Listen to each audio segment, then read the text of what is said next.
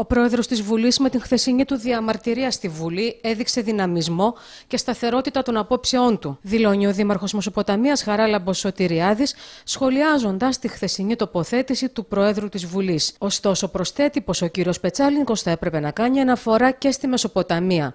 Η αντίδραση την οποία εξέφρασε ο Πρόεδρος της Βουλής προς τον Υπουργό Εσωτερικών του ΠΑΣΟΚ, που για μένα, και την άλλη φορά σας είπα ότι για μένα είναι Υπουργός Εσωτερικών Υποθέσεων του ΠΑΣΟΚ, βγάζει στην επιφάνεια ένα δίκαιο, πολύ ζωντανά ένα δίκαιο της περιοχής της δικής μας και πολλά δίκαια στην Ελλάδα.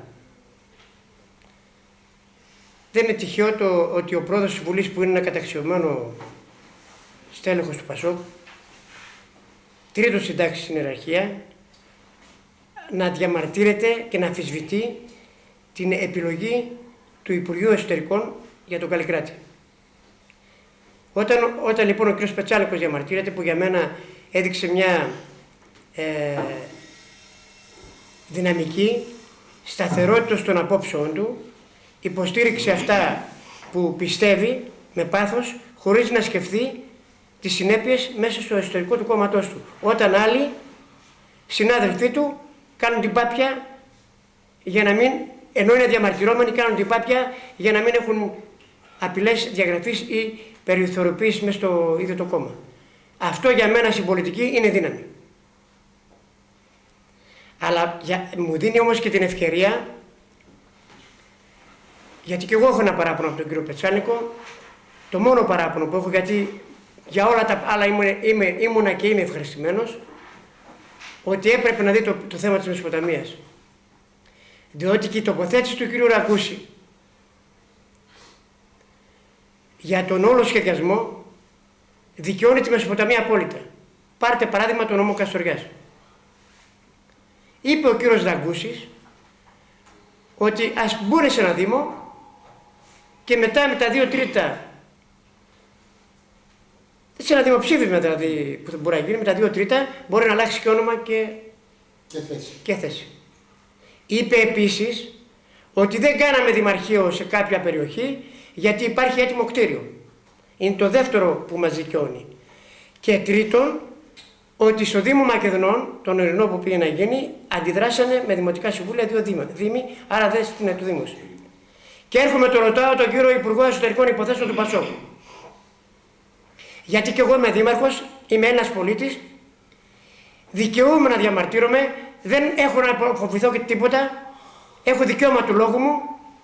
Μπορεί να μην είμαι εκλεγμένος βουλευτής, είμαι εκλεγμένος όμως σε μια περιοχή η οποία αδικήθηκε κατάφορα και υπέστη πολιτικό διωγμό. Και στοιχειοδοτώ τώρα πλέον τον πολιτικό διωγμό στο ότι ήταν σίγουρο ότι αν πηγαίναμε στον ορεινό Δήμο, η Μεσοποταμία θα ήταν η έδρα και αν ήθελε άλλαζε και όνομα. Και γι' αυτό εξαιρέθηκε.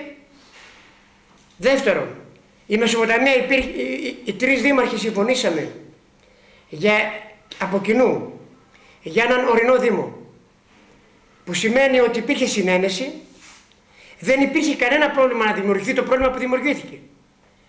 Τι έψαχνε δηλαδή το Υπουργείο Εσωτερικών όταν του πήγαμε υπομνήματα, ότι πήγαμε διαμαρτυρίες, ότι επί 2 χρόνια παλεύουμε για να δικαιώσουμε την περιοχή, τι έψαχνε και μας έβγαλε έξω από το παιχνίδι?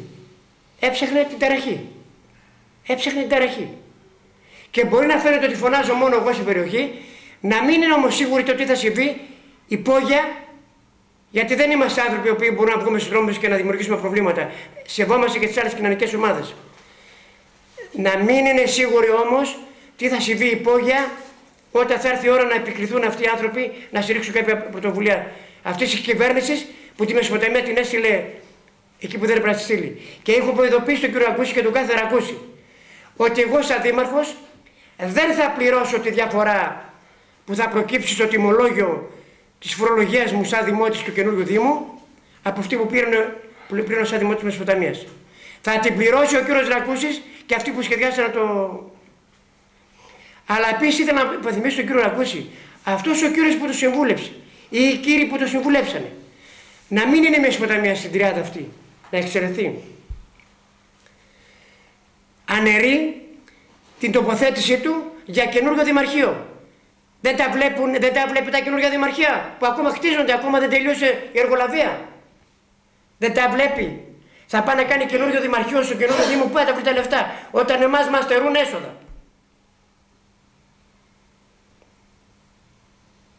Αυτές είναι διαμαρτυρίες και δεν ακουμπάνε, δεν έχει σχέση με πολιτική. Ο κύριος Σωτηριάδης παράλληλα κάλεσε τον βουλευτή της Νέας Δημοκρατίας, Ζήση Τζικαλάγια, να μην κάνει την πάπια, όπως είπε χαρακτηριστικά, και του ζήτησε να εξηγήσει γιατί δεν τοποθετήθηκε για το θέμα της Μεσοποταμίας.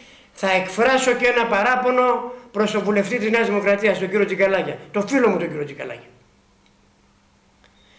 Και ήθελα να το ρωτήσω ευθέως και θα περιμένω απάντησή του.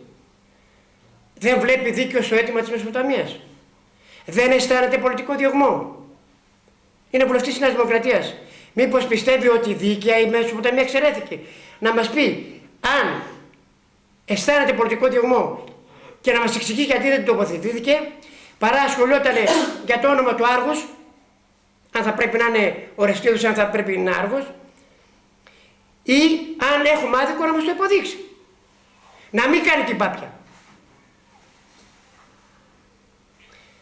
Ειλικρινά σας λέω, εγώ ανήκω στο χώρο αυτό, αλλά ξέρω να προήμω τα δίκαια. Και δίκαια μιλάω και έχω ένα σοβαρότατο παράπονο από συμπεριφορές πολιτικές. Και ας σκεφτούνε κάποιοι αυτό που έγινε προχθές μες στη Βουλή. Ακούσατε τι έγινε στη Βουλή. Πρέπει να είναι πολύ σοβαροί και πρέπει να μετράνε πολύ καλά τις κινήσεις τους.